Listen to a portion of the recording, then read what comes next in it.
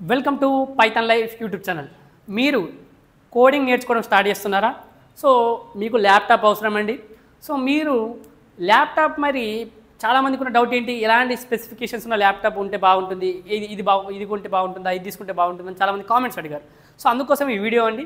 So మనం laptop specifications for coding అనేది discuss చేయబోతున్నాం. సో చూద్దామండి. సో ఫస్ట్ ప్రాసెసర్ మనకు AMD ఆర్ ఇంటెల్ రెండు ఉంటాయండి. సో ఏదైనా తీసుకోవచ్చు, AMD ఆర్ ఇంటెల్. సో అది మీ ఇష్టం అండి. సో మీ ప్రైజ్ మెయిన్గా గుర్తుపెట్టుకోవాల్సింది ఏంటంటే ప్రైజ్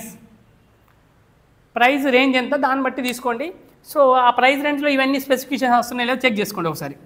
సో ఈవెన్ ఆల్రెడీ వాడిన మీ ఎవరైనా సీనియర్స్ ల్యాప్టాప్స్ ఉన్నా కూడా వాడినవి కూడా యూజ్ చేసుకోవచ్చు. సో స్పెసిఫికేషన్స్ ఒకటి చూసుకోండి. ఆ ల్యాప్టాప్వి కూడా ఫస్ట్ AMD ఆర్ ఇంటెల్. జనరేషన్కి వచ్చేసరికి ప్రజెంట్ i5 ఆర్ i7 ఏదో ఒక జనరేషన్, i5 ఆర్ i7.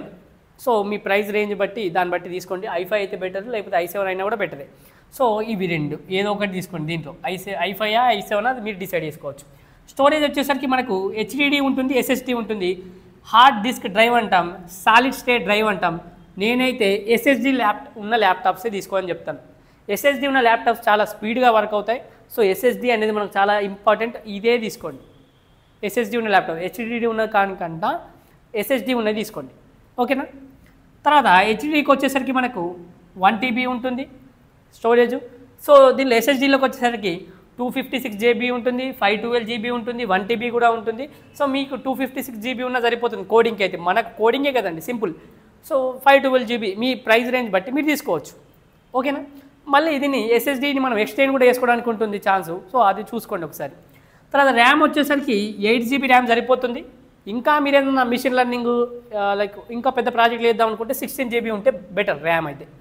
తర్వాత గ్రాఫిక్ కార్డు మనకు కోడింగ్కి అయితే ఎలాంటి గ్రాఫిక్ కార్డ్ అవసరం లేదండి. కోడింగ్కి ఏంటి సింపుల్ అవసరం పడుతుంది. 8 GB ర్యామ్, i5 జనరేషన్ ఉన్న ల్యాప్టాప్, ఈవెన్ i3 ఉన్నా ఇప్పుడు నడుస్తుంది, కానీ i5 ఉంటే బెటర్ అని చెప్తున్నాను. i5 i7 AMD or Intel, SSD ఉన్న ల్యాప్టాప్, 8 GB ర్యామ్.